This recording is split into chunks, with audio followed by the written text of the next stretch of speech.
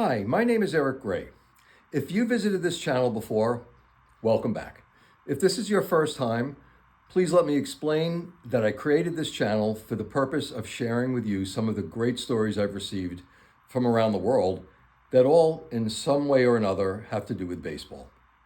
They're all collected in my books, Bases to Bleachers and Backyards to Ballparks.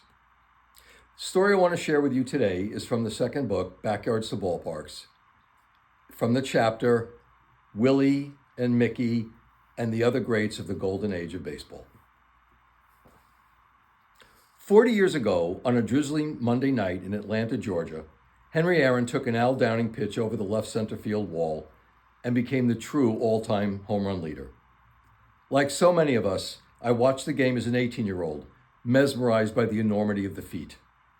A humble, quiet black man working in the somewhat intolerant Deep South had just unseated the great Bambino, who had been larger than life, boisterous, and excessively iconic in every way.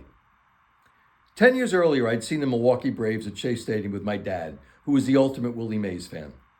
Aaron made several dazzling plays and throws from right field, and homered in both games, prompting me to ask Dad if Aaron was as good as Mays.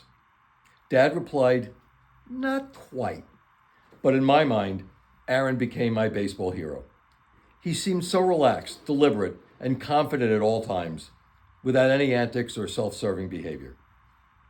In 1991, having just finished reading his autobiography, I was saddened, angered, distressed, and ashamed to be a white man.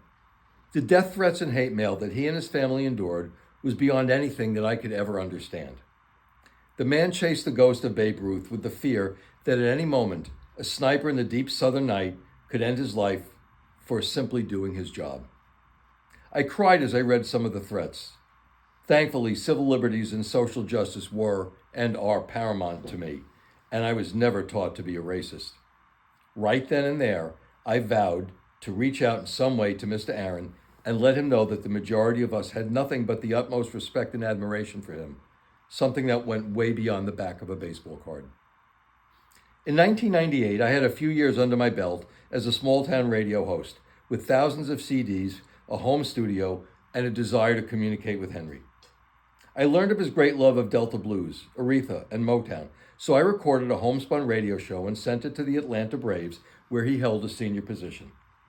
The tape wasn't just music, but also my narrative on the great game of baseball, racism, social injustice, and education. I introduced myself as a fan, inserted my comments, and before long, I had a finished product. Debbie asked me if I thought he'd respond.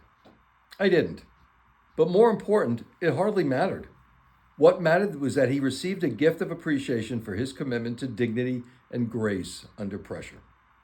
To my surprise, a week later, the phone rang, and I found myself chatting with Hank.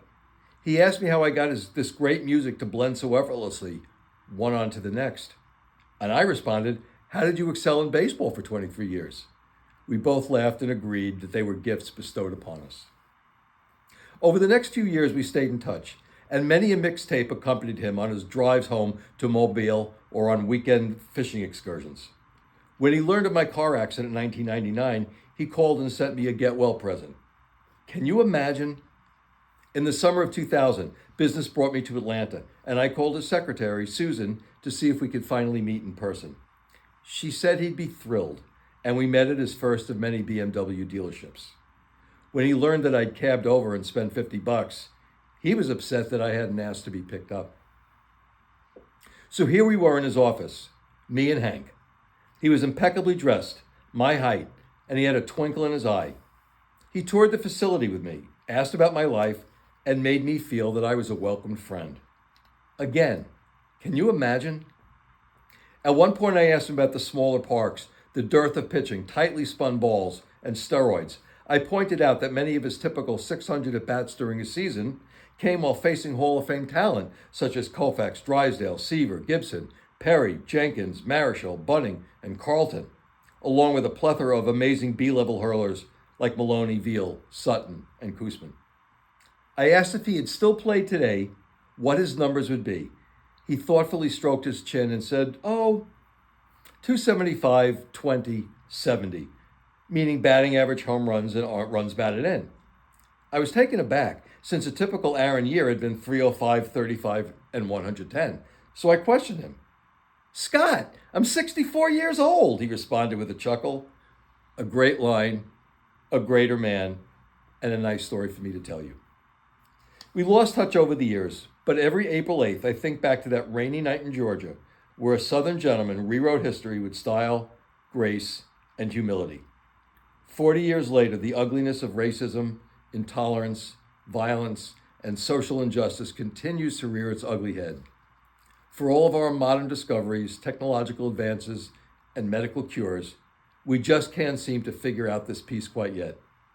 Maybe the next 40 will prove to be different. That is from Scott Goldman, who lives in Croton-on-Hudson, New York, and has been the case many times because of my baseball project. Scott and I have become very close friends, a friendship that I treasure. If you like this video, please subscribe, tell your friends about it, maybe like and share and comment on the video.